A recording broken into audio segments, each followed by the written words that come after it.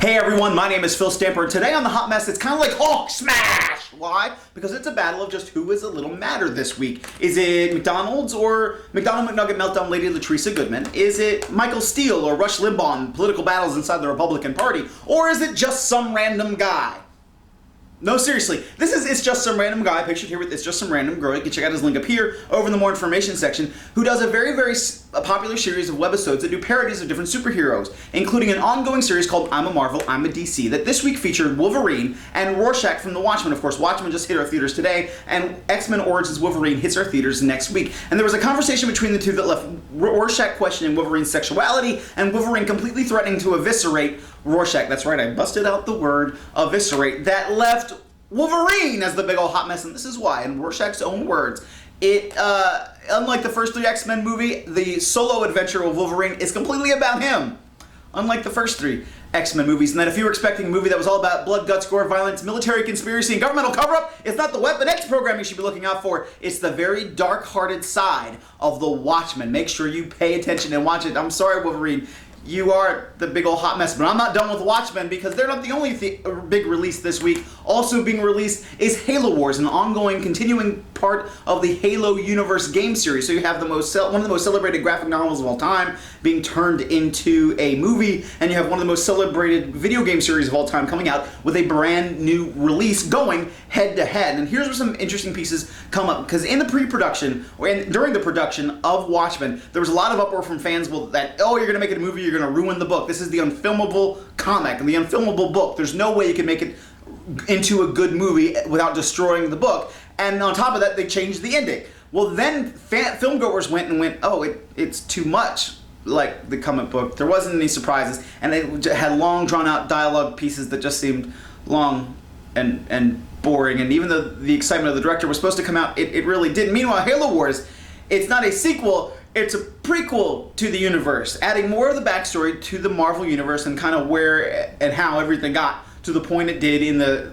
Halo 2, and Halo 3 adventures that we've all experienced. But here's where it gets a little bit more interesting, because very obviously Watchmen the movie is going to make hundreds of millions of dollars, undoubtedly. Halo Wars will do significantly well in the video game market, but fans will be left more satisfied with Halo Wars because they're going to be able to download more content from Xbox Live, meaning that not only will they be able to add on to other maps in the Halo series, they'll also be able to add content to this video game itself, where when a movie comes out, it's the movie of a comic book that's kind of stuck where it's at, and it doesn't have a sequel to go to. So in a battle between Watchmen and Halo Wars, it's Watchmen that's going to be left a big old hot mess. And if you thought this was a whole opposite attract moment, well, guess what? That's right, a total horrible pun here. But there is a one-on-one battle between Paula Abdul and Michael Jackson, both saying they're about to leave the stage for the final time, as there are rumors circulating that Paula Abdul is about to leave American Idol, and that Michael Jackson, who went to London on Thursday, announcing that he's doing his final 5 concert tours in London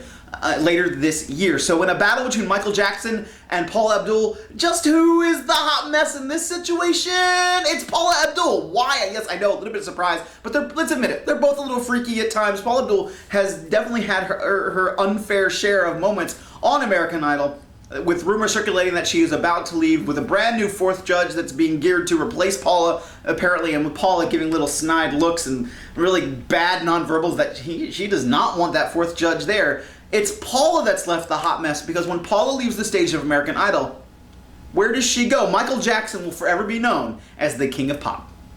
And just when you thought things couldn't get worse in our economy, let's leave it to General Motors and the United States Postal Service to make our day a little brighter. Now, before I start, the United States Postal Service does not receive taxpayer money, not through us paying taxes. They actually get their revenue and ability to operate through us paying postage and being able to mail things. But they have a relocation policy when they move their employees around, that they'll buy their homes and hopefully sell it so that way they get another profit. They bought a $1.2 million home in Lake Wateree, South Carolina, that is not going to sell for $1.2 million. It's caused them to completely rethink their home purchasing policies in their relocation procedures for the United States Postal Service. Meanwhile, GM had an external auditor say, guess what, General Motors, you need to declare bankruptcy. It's the only way you're going to be able to rebuild and move forward. GM is saying, we don't want to do that. We want to ask for possibly up to $34 billion more in bailout money but they're suing a parts maker for not coming through on some of their end of the contracts. They aren't willing to renegotiate, some of their own contracts, and now they're looking to buy back Delphi Corporation, which was a corporation that actually separated from GM, that was a steering manufacturer that is now in bankruptcy. That now they want to regather back up and spend money to reclaim what they've lost in bankruptcy. So in a battle between the United States Postal Service and General Motors, who was the hot mess? It's General Motors. Who would have the audacity to prepare for another multi-billion-dollar purchase at the same time of asking for a multi-billion-dollar loan several times over top of that, and not being willing to renegotiate how they operate as a business, even blaming motorists for not buying more vehicles. So a big old hot mess, it's General Motors this week. How has the recession affected you? Leave me some comments, put some questions below. I really want to see what you guys think. Once again, for the hot mess, my name has been Phil Stamper, and I'll see you next time.